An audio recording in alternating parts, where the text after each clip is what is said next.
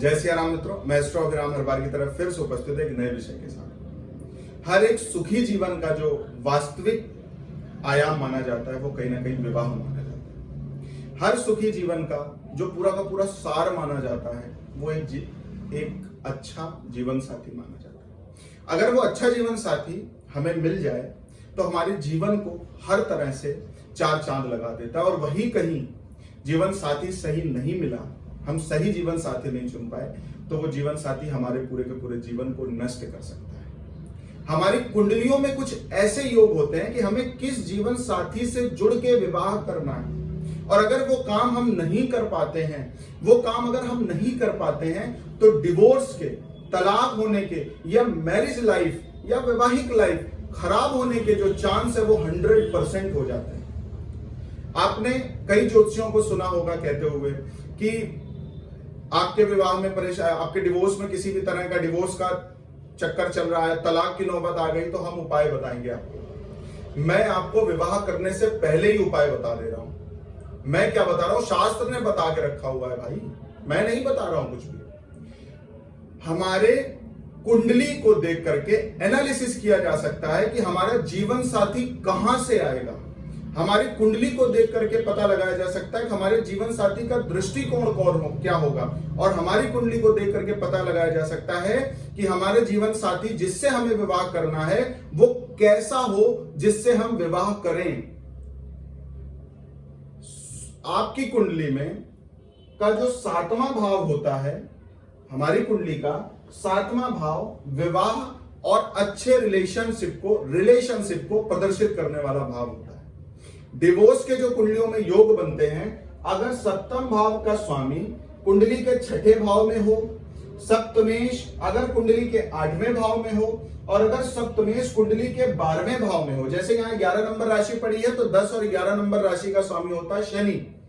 आपके में 1 8 हो सकती है तो उसका स्वामी होता है मंगल, 2 और 7 शुक्र, 3 और 6 नंबर अगर यहां पे पड़ा है इस भाव में तो उसका स्वामी होता है बुध, 4 का चंद्रमा, 5 का सूर्य, 9 और 12 का बृहस्पति, 10 और 11 का शनि।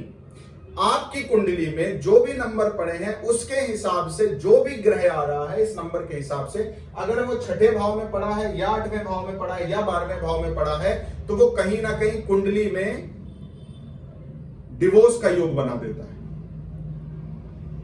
अगर 6ठे भाव में पड़ा हो तो डिफरेंस ओपिनियन के कारण जीवन साथी के एक दूसरे के विचार नहीं मिलते, जिसके कारण लड़ाई झगड़ा होती है और डिवोर्स की नौबत आ जाती है।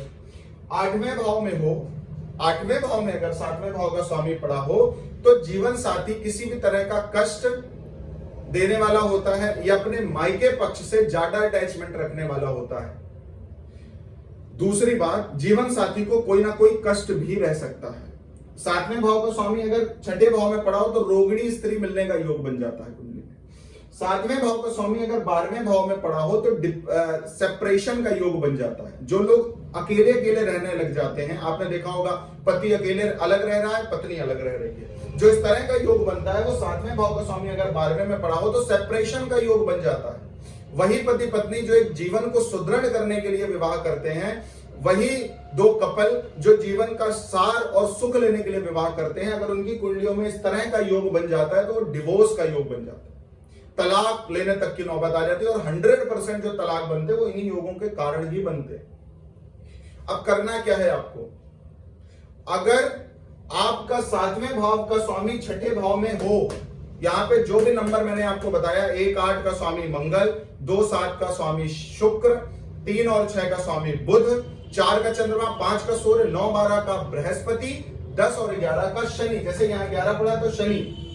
अगर आपके 7वें भाव का स्वामी 6ठे भाव में पड़ा हो तो जो आपको विवाह करना है वो नौकरी करने वाली औरत से अगर आप कर लेंगे तो 100% डिवोर्स की नौबत नहीं है, 100% गारंटीड। और आपने कहीं से गृहिणी लाने को सोचा, परिवार का काम हाथ बटाएगी ऐसा सोचा, तो आप समझ लीजिए मतलब रिलेशनशिप खराब होना तय है आपका। ये मैं उपाय बता रहा हूं आपको, वास्तव में यही ज्योतिष के उपाय हैं। पहले ही प्लान कर लो, बाद में किसी भी तरह की परेशानी या दुविधा की नौबत ही ना आए। आपका 7वें भाव का स्वामी अगर 8वें भाव में पड़ा हो, यहाँ जो 7वें भाव का स्वामी है वो 8वें भाव में पड़ा हो तो आपको जो शादी करनी है वो दूसरी कास्ट की कर सकते हैं, दूसरे धर्म की, या कहीं ना कहीं जो है वो दूसरे कल्चर की जो है आपको विवाह की तरफ बढ़ना चाहिए अपने रिलेशनशिप को बचाने के लिए। ये बात क्यों है वो तो रिसर्च बेस्ड है, वो तो पढ़ाने के क्रम में देखी जाती है, उसका वीडियो भी मैं बाद में डिटेल वाले में डाल दूंगा। लेकिन अभी केवल आप इतना समझ लें कि अगर आपका 7th लॉर्ड 8th हाउस में बैठा हो, तो दूसरी कास्ट की हो या दूसरे धर्म की हो या दूसरे कल्चर की हो, तो ऐसी लड़की से या लड़के से आप शादी करिए। आपका 7वें भाव का स्वामी अगर 12वें भाव में पड़ा हो तो याद रखना ऐसी जगह शादी करना कि आपके जो घर है उससे कम से कम 2-2,500-3,000 किलोमीटर की दूरी हो, या विदेश की महिला हो सकती है या पुरुष हो सकता है। सबसे बड़ी चीज जहां कल्चर, जहां पे रहन सहन, जहां का पर्यावरण थोड़ा सा चेंज हो आपके कल्चर से, आपके लैंग्वेज से वहां का लैंग्वेज चेंज हो, तो ऐसी जीवन संगिनी या जीवन साथी से आपको विवाह करना चाहिए।